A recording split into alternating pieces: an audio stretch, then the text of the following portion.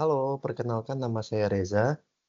Saya akan mempresentasikan dan mentutorialkan cara pengolahan data menggunakan aplikasi, yaitu aplikasi Smart PLS 3, yang dimana menggunakan metode PLS SAM. Baik, yang pertama saya akan share screen terlebih dahulu. Oke, ini aplikasinya. Oke, kita akan membuat project baru tanpa mengganggu project lama. Oke. Kita akan menggunakan nama UAS Statistika.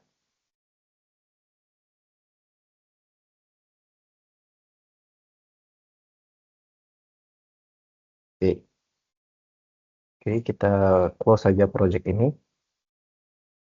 Oke, UAS Statistika Penelitian. Sini ada, oke. Oke, sebelum daripada itu, pertama-tama kita harus membuat file Excel seperti ini. Oke, file Excel ini sendiri, yang dimana file ini harus menggunakan file CSV. Oke, itu bisa disetting.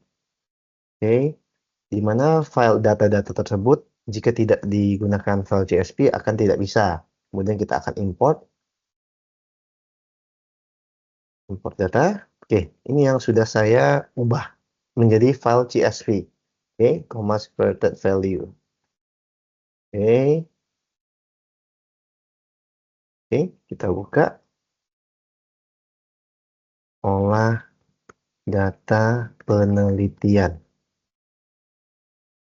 Oke, oke, kemudian kita pilih yang di sini.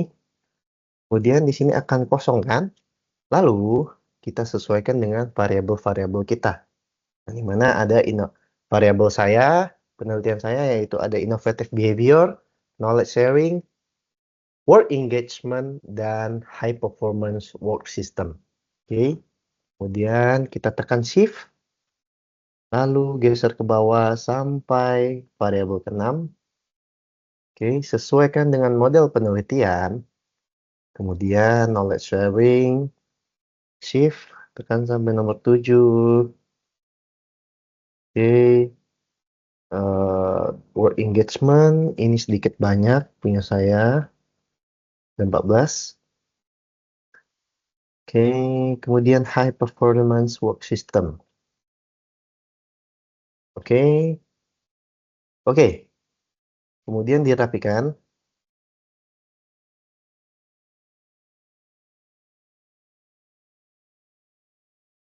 Dirapikan secepatnya.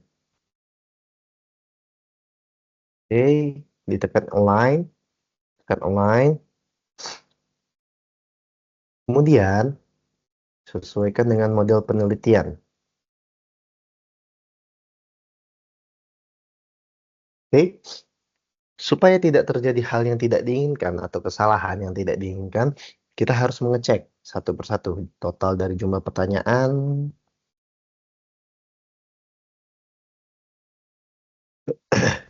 Oke, it's done. Kemudian rapikan. Nah, setelah dirapikan, kemudian kita memberikan nama dari variabel-variabel ini supaya kita tidak kebingungan nantinya. Maaf.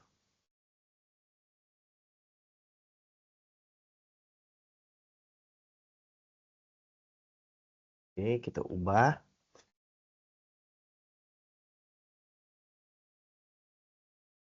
Sesuaikan dengan variabel Anda. Oke, IB. Nah, oke, kemudian kita connect untuk mengolah datanya menggunakan connect ini. Oke, sesuaikan dengan hipotesisnya, yang dimana hipotesisnya ada 7. Hipotesis saya ada 7. Oke, HPWS ke WE double. Oke, yang pertama sini. Yang kedua sini.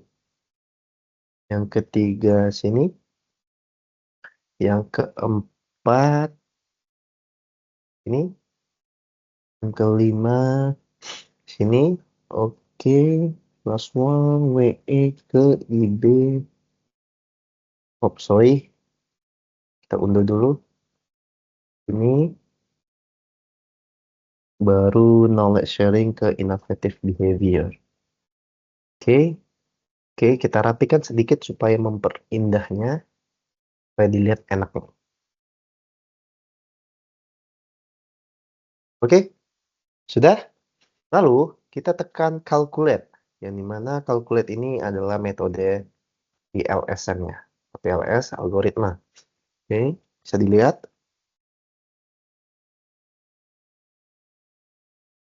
Lalu kita start calculation. Oke, nah disinilah kita akan pertama-tama akan melihat di mana outer loading. Oke, terloading. Nah, oke, data-data saya kebanyakan yang merah. Oke, caranya bagaimana? Caranya kita hapus yang pertanyaan yang tidak penting. Maksudnya yang bukan tidak penting.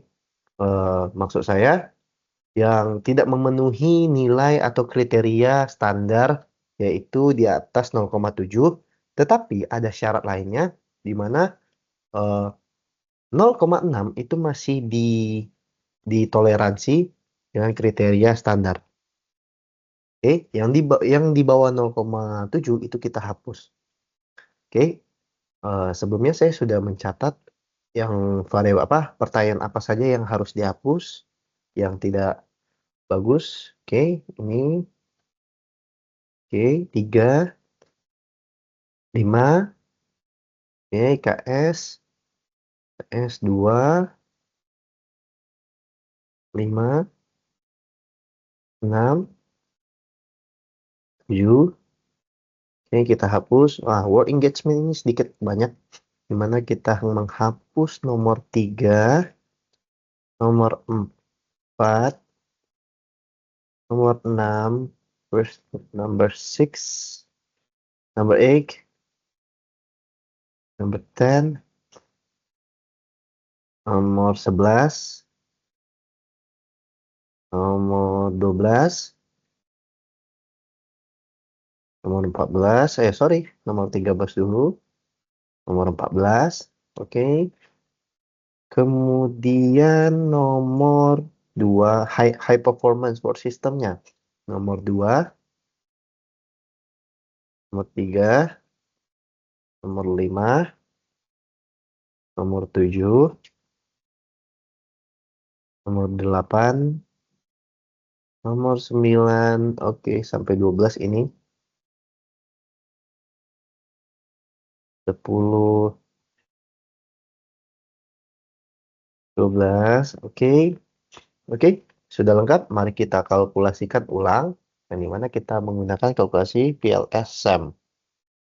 Dan PLS algoritma ini di aplikasi Smart PLS 3. Oke, kita lihat outer loading. Oke, sudah signifikan, yang dimana nilai ini menunjukkan nilai valid. Hal ini didukung oleh di mana ada penelitian Heret al. 2014 mengatakan nilai valid yaitu di atas 0,7. Oke, atau memenuhi standar itu di atas 0,6. Masih ditoleransikan, tetapi hasil penelitian saya ini semua sudah signifikan. Oke, kemudian kita lihat dari construct, reliability, dan validity. Yang dimana reliable dan validity itu memiliki peran yang berbeda. Oke, yang di sini ada reliability dan validity. Oke, bisa dilihat di sini ada Chromback Alpha dan RHA, Composite Reliability, dan AV, Average Variance Extract. Yang dimana reliability ini memastikan bahwa Chromback Alpha ini, semua variabel ini memastikan bahwa indikator itu dalam satu konstruk yang bersifat konsisten. Kemudian kalau validity memastikan konstruk indikator memastikan indikator benar-benar konstruk di dalam variabel tersebut. Oke, ini hasilnya.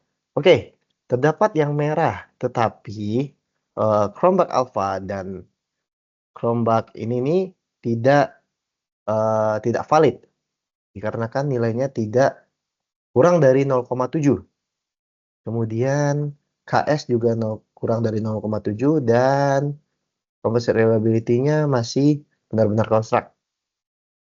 Kemudian discriminant validity. Oke, di sini ada namanya Fornell, cross-loading, dan HTMT atau bisa dibilang heteroid monotroid ratio. Oke, sini saya akan jelaskan di mana high performance ini harus lebih besar dan harus lebih besar dari yang bawah-bawahnya. Oke, kenapa harus lebih besar? Karena eh, untuk bisa dipakai di penelitian. Tetapi penelitian saya ini tidak mencapai nilai standar yaitu 0,9. Terdapat permasalahan data. Oke? Atau yang masih bisa ditoleransikan yaitu 0,85. Oke, cross loading-nya kita lihat. Oke. Cross loading ini harus lebih tinggi dari konstruk lainnya. Oke, HTMT-nya masih diterima. Oke, selanjutnya kita akan membahas path coefficient. Tetapi bukan di sini. Tetapi kita ulang lagi calculate yaitu dengan menggunakan bootstrapping di dalam PLS. Oke, kita tekan. Lalu, nah di sini kita harus memperhatikan amount of result. Yang di sini, di mana kita harus menekan complete bootstrapping. Oke. Oke, ini akan memakan waktu sedikit lebih banyak. Oke, path coefficient itu apa sih? Path coefficient itu menunjukkan arah dan kekuatan antar konstruk. Oke, nilainya itu dari -1 nilai itu bukan dari. Maksud saya itu berkisar dari -1 hingga +1. Oke. Di dalam path coefficient ini ada original sample, sample mean, standard deviation, SDDV, dan UJT, t-statistik, dan p-value. Oke, di sini ada salah satu yang merah, ya. Nomor 3 yaitu KS berpengaruh kepada innovative behavior. Meskipun secara teori KS dan innovative behavior ini searah dan sejalan, namun di dalam pengolahan data dan pengumpulan data melalui kuesioner ini berpengaruh positif tetapi tidak signifikan. Oke? Karena kan olah datanya. Lalu di sini p-value hasil pengujiannya ini HPWS dari nomor 1 sampai 2, 3, 4, 5, 6.